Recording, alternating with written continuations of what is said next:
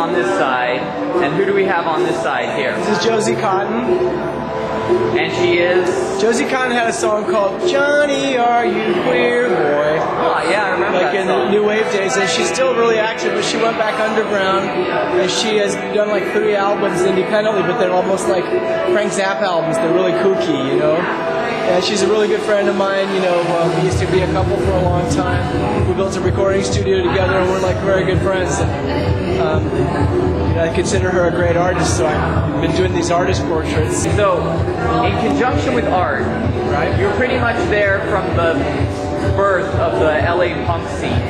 Were you first music, or were you first art? Or did it all just kind of come together in one package? I guess it was first politics. In the 60s, I was really politically active, and I used to, you know, lead demonstrations at UCLA and stuff like that. And then, you know, in the 70s, you know, I was one of the people, maybe 20 people that started punk rock in LA. And I went on to producing punk records and doing, you know, working in a lot of bands. And in the meantime, I was taking photos, but I never really did much with the photos. So, you know, lately I got a large format printer the last few years ago, and I started printing them up on canvas, and it's been a tremendous, you know, joy for me. The last, say, 8 years has pretty much been a big revolution in photography. Film, as we know it, is pretty much dead. We've gone on to digital. You've utilized digital, obviously, to a great extent, as well as, you know, found objects and construction, and really making this art, I would say, I have to say interactive. And I'm going to get in close here and show that we've got a lot of 3D elements going in here. We're going around Anthony Kiedis' head. We've got a lot of bolting and that sort of thing. And how do you find the whole experience of working from pretty much an intangible, which is within a computer screen, and then putting that into the tangible world? It's funny, I like both things. You know, over there I've written the digital manifesto, and you can't actually read the text, but on the text it pretty much explains my whole philosophy about it.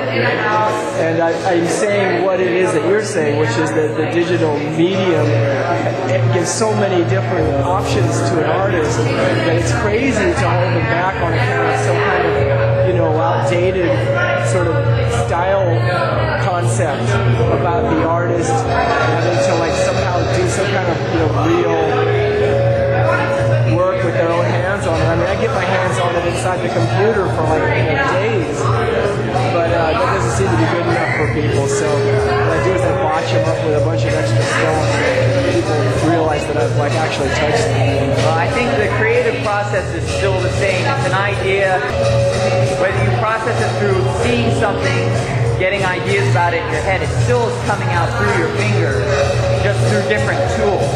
That's what I say. I mean, I think that it's really, really important to understand that when someone is painting, so to speak, on a computer screen, that's just as legitimate as anything else. And the fact that you can make more than one copy of something, I mean, you know, Warhol already took us past that bridge. And I don't actually make multiple copies. If I make a different one, it's very different. I generally make one of each thing, and I call it a de facto original so that it's clear that that's what it is that I'm doing. I see. A personal touch within a personal touch. Right. I make one of each image unless I have dramatically altered the color, the shape, the treatment, the way that it's, you know, presented, you know, like the way that it's framed and stuff. Now, ultimately, this comes back to making music too. I mean, every recording artist is considered an artist, even though there's copy after copy of their music being distributed all over the place. That's what I'm used to. I mean, I've been producing records for 30 years. I'm in retirement now, but that's, you know, that's where I kind of came up, and it was such a completely different thing because music and graphic images, they communicate. They use different channels, but they have some very strong similarities in terms of how they actually come across to people. So, you know, one of the things that I noticed is that yes, you can make multiple copies of a record, and that's the art form. Whereas with a picture, people get a little huffy about it. It's just a really, really old-fashioned way of looking at things. Now, last question. If, you know, pushing on to the future, what is the big thing that Geza X wants to achieve artistically? What statement, whether it be political or social or just emotional, do you really feel is the important statement that you make with your art now?